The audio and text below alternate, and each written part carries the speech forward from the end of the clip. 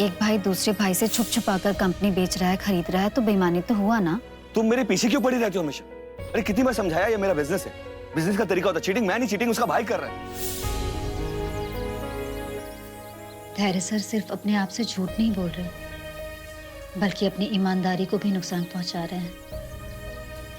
आजकल इतने गुस्सैल हो गए हैं कि कुछ समझाना भी मुश्किल हो गया है।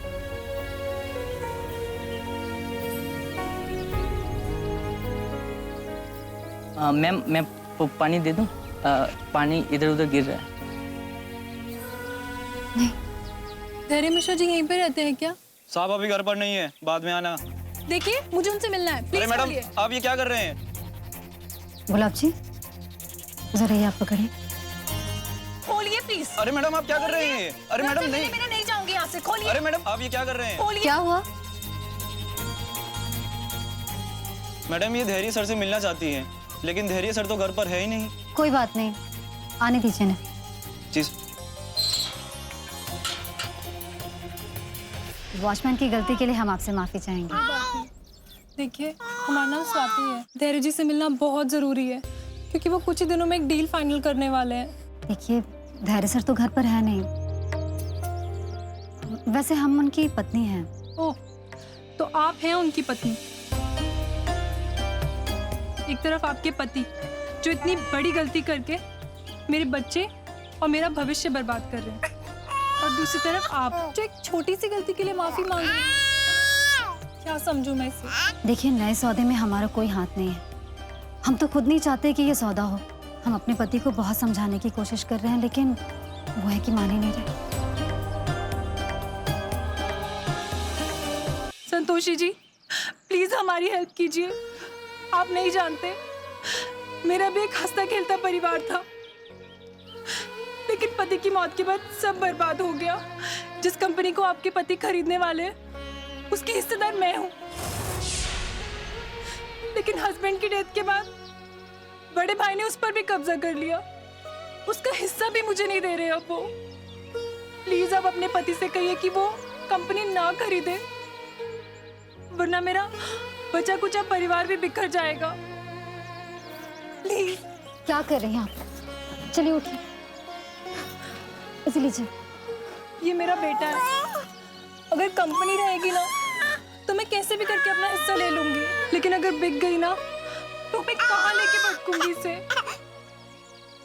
आप भी एक औरत हैं, आपका भी बच्चा होगा, आप मेरा दुख अच्छे से समझ सकती हैं। जो भी होने वाला था ना, मैं इतनी खुश थी, लेकिन आज जब इसके भविष्य के बारे में सोचती हूँ ना, मेरा दिल कांप उठता है। आप चिंता मत कीजिए, हम धैर्य सर ये कंपनी नहीं खरीदेंगे। Thank you so much Santoshi ji, आपने मेरी इतनी बड़ी परेशानी हल कर दी। Thank you so much. Swati ji हम आपकी स्थिति समझते हैं, हम अपनी तरफ से पूरी कोशिश करेंगे। थैंक यू, मैं चलती हूँ।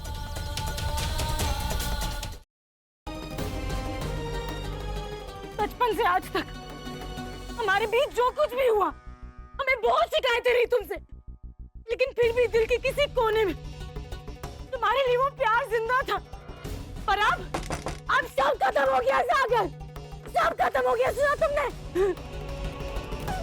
तुम्हारे लिए हमारे दिल में उस प्यार ने दम तोड़ दिया आज। अब हमारे दिल में तुम्हारे लिए सिर्फ नफरत ही नफरत है और कुछ नहीं है। अरे बेटे तुम्हारा दिमाग खराब हो गया? बिना डॉक्टर साहब से पूछे तुमने दवा कैसे दे दी? ये क्या कर रहे हो बेटा? तुम्हें पता है कि वो माँ बनने वाली है, और इस तरह से कोई उल्टी सीधी दवाई दे दोगे तो लेने के देने पड़ सकते हैं बेटा। आप लोग परेशान मत होइए, अब टेंशन वाली कोई बात नहीं, लेकिन हाँ आगे से इनका ध्यान रखिएगा। शुक्र संतोषी माँ का कि हमारी बहू ठीक है।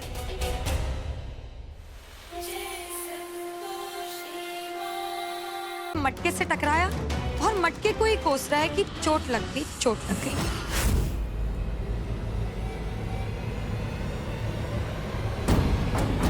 चल यहां से।